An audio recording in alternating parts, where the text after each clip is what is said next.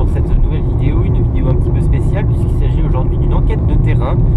Donc effectivement je vais aller enquêter sur un phénomène venteux qui s'est produit donc à Legé. Donc Legé, c'est une petite commune située tout au sud de la Loire-Atlantique, juste à la frontière avec la Vendée. Donc le lundi 3 novembre 2019, lors de la tempête Amélie, un phénomène venteux s'est produit sur la commune, notamment dans le bourg. Évidemment, ça pourrait bien évidemment être une tornade, surtout que a priori ça y ressemble vu les dégâts, des toitures envolées, de nombreux arbres arrachés, et le tout sur vraiment un couloir très réduit, c'est vraiment 50 mètres de large, pas plus. Donc je m'y rends aujourd'hui pour essayer de faire une enquête de terrain et pour voir s'il s'agit bel et bien d'une tornade ou bien alors d'un autre phénomène type micro-rafale. Et je vous tiens au courant, donc je vais essayer de vous filmer un petit peu tout ça, pour savoir s'il s'agit bel et bien d'une tornade. Allez, c'est parti!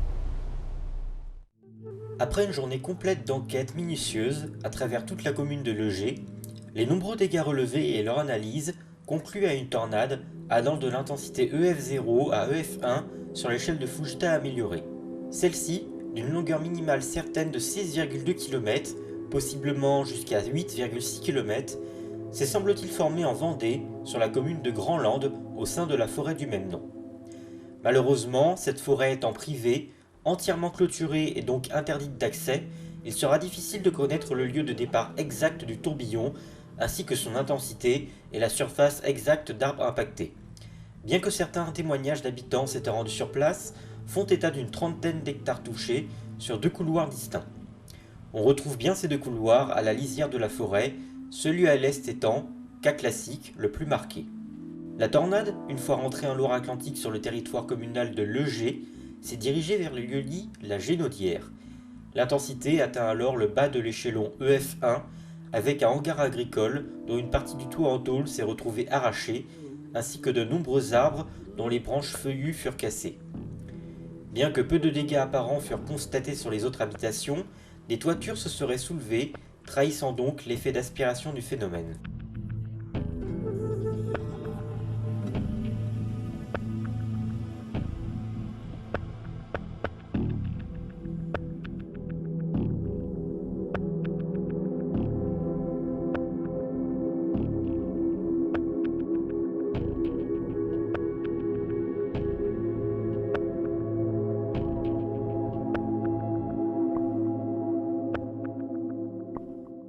La tornade continue sa route vers le nord-est, en perdant néanmoins largement de son intensité.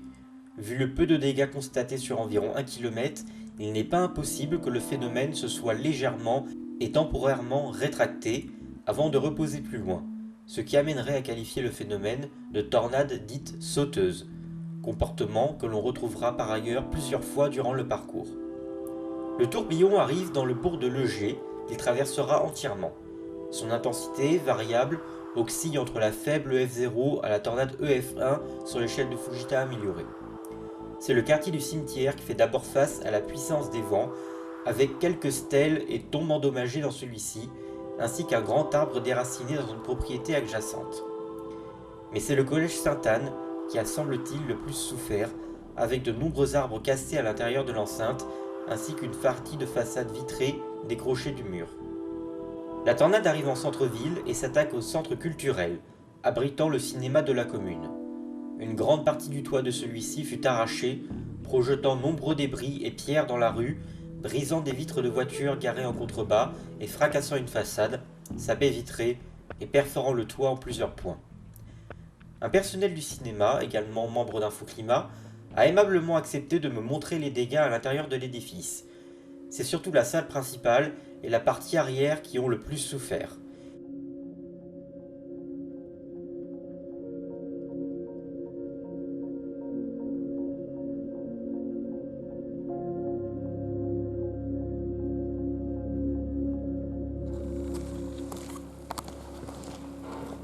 Là, c'est des belles pierres. On voit bien les pierres qui sont tombées. Ouais. Ils sont passés à travers le plancher. Ouais, ça Ça a perforé le... Elles auraient pu descendre plus bas, mais elles se sont arrêtées là. Parce que c'est vrai qu'en dessous de la scène, après, bon, bah, il y a des salles Ouais. de répétition, tout ça, mais bon, ça s'est arrêté là quand même. Ouais. du boulot. Ah bah là oui. Il y a du boulot pour remettre tout ça, sachant qu'en plus, si tu regardes la configuration un peu du cinéma autour, tout est cloisonné. Là, il y a, Bah oui, il y a la caserne de c'est- pompiers qui est juste derrière. Ouais. Là, on a la piscine communale. Là, bon, bah, il y a une propriété privée qui est juste sur le côté. Là, on Mm. a pareil, un Ouais, c'est presbytère. compliqué, hein. Tout est cloisonné. Donc là, bon, de toute façon, il faut une grue parce que quand tu Ouais. regardes la hauteur et ils voient pas comment ça peut être fait autrement. Quoi. Ouais, bah là, je- Là, ça va être un peu la... Ça va pas être simple, quoi. Ça va mettre du temps. Enfin, ça va ouais, se faire. bah mais- oui, j'imagine. Malheureusement, le toit n'a toujours pas été bâché au moment de cette vidéo, et les fortes pluies continues depuis le début du mois de novembre n'arrangent rien à la situation. Les réparations seront très longues et coûteuses pour l'association. Un système de dons a donc été mis en place à leur initiative pour les aider au financement des réparations. Si vous souhaitez les aider, le lien vers cette cagnotte est disponible dans la barre d'information sous cette vidéo. La tornade poursuit sa route vers la place du Champ de Foire, où une antenne de téléphonie provisoire fut renversée, explosant lors de sa chute une aubette de bus. Peu de dégâts sur les habitations furent constatés dans ce quartier, si ce n'est ce petit bâtiment en face de l'antenne, dont certaines tuiles furent délogées. Plus loin, le petit square, à l'angle des rues des Saules et de l'abbé Gillier, se vit jonché de nombreuses branches de toute taille, éparpillées en tous sens. Surtout, un morceau de tôle provenant certainement de la toiture du cinéma est retrouvé, ainsi que de nombreux morceaux de mousse isolante à près de 300 mètres de distance de leur poids initial. Ces matériaux, certes légers, démontrent bien à nouveau le fort caractère aspirant du phénomène.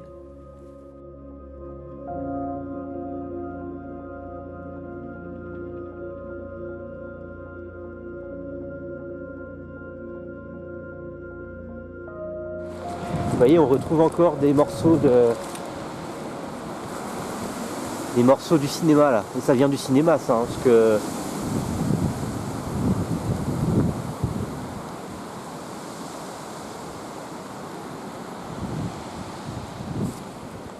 ouais, ça vient du cinéma ça. Ça vient de tout là-bas.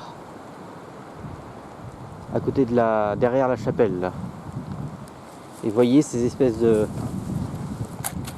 mousse isolante, ça vient du toit.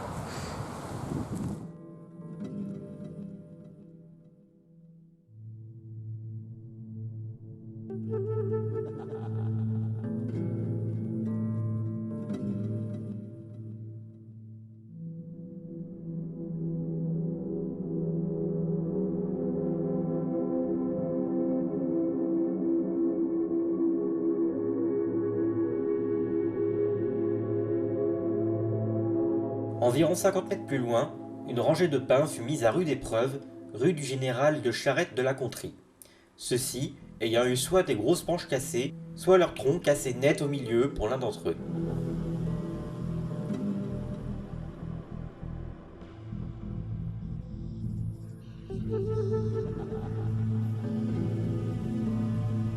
Un lampadaire se retrouve tordu, soit par la force des vents, soit par la chute d'un arbre ou d'une branche.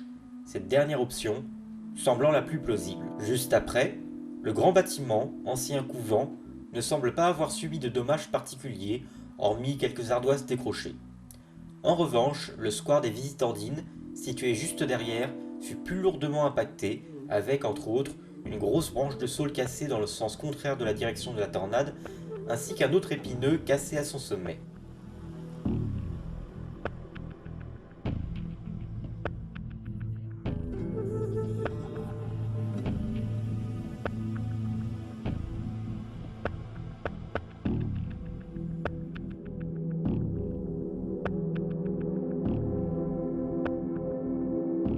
La tornade poursuit sa route vers le nord du bourg et se dirige vers la zone commerciale du Super U.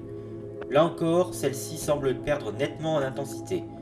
Peu de dégâts significatifs à signaler, si ce n'est une aubette de caddie sur le parking, renversée en direction de l'intérieur du vortex et déjà remise sur pied le lendemain.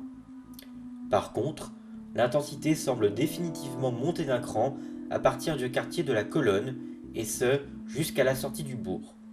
Dans une propriété, de grands arbres se sont fait déraciner, et dans le parc de la Colonne, les dégâts en tout genre sur la végétation se comptent par dizaines.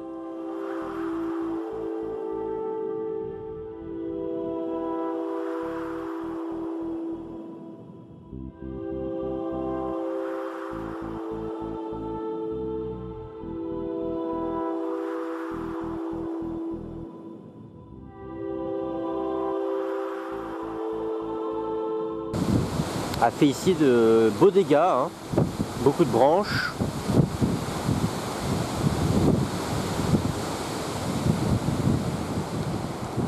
Et on peut remarquer un morceau de pierre qui s'est détaché de la statue là-bas, la colonne.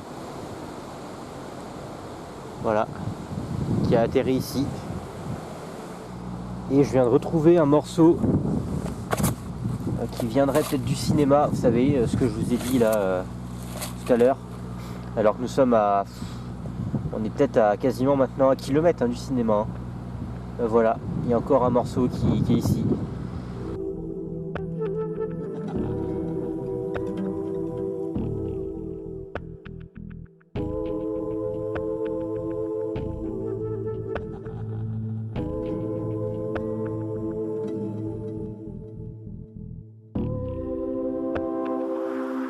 La tornade s'élargit alors, tout en longeant avec plus ou moins de régularité la rue Jean-Claude Gracino. Parmi les dégâts les plus notables, on peut relever un panneau arraché du sol au niveau de la clinique vétérinaire, des arbres de petite taille cassés à contre-flux de l'autre côté de la chaussée, une maison de plain-pied dont le jardin et la gouttière semblent avoir été affectés, mais surtout 2 pavillons plus sévèrement atteints, dont l'un où la toiture s'est, semble-t-il, en grande partie envolée. La tornade quitte définitivement le bourg au niveau du gros rond-point, où un gros panneau publicitaire s'est renversé. Le panneau d'entrée de ville est légèrement couché. Le bosquet d'arbres, situé juste derrière l'aire de covoiturage, est traversé par le centre du tourbillon, avec quelques branches de taille moyenne et quelques arbres rompus. Sur la route, prenant la direction du nord en partant du rond-point, un panneau de signalisation est tordu jusqu'au sol et en direction de la tornade vers le sud. Dans ce secteur, les effets des dégâts et d'aspiration ont pu atteindre environ 300 mètres de largeur. Le vortex semble ensuite légèrement dévier tout en perdant momentanément en intensité. Aucun dégât majeur n'est constaté plus loin, sauf quelques arbres ébranchés le long d'une petite route.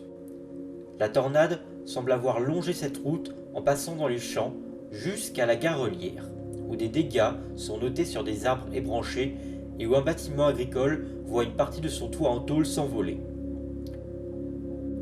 Le tourbillon passe alors à travers champs jusqu'à l'est du lieu-dit la Gauchonnière, où les dernières traces de dégâts significatifs sont observées.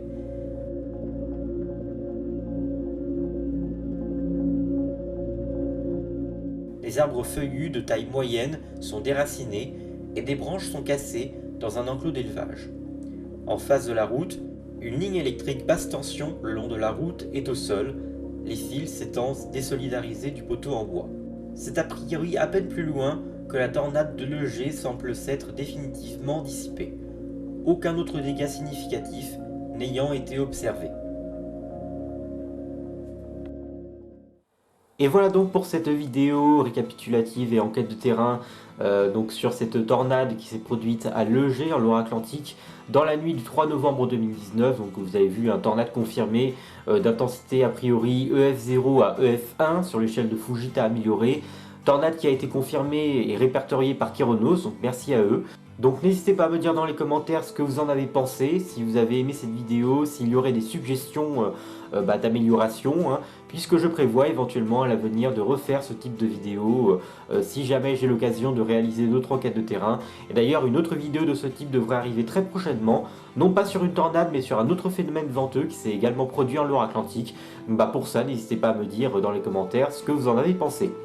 Voilà donc écoutez, je vous remercie d'avoir regardé cette vidéo, n'hésitez pas donc à me dire tout ça dans les commentaires, à partager cette vidéo, et quant à moi, écoutez, je vous dis à très bientôt, et portez-vous bien, allez, ciao.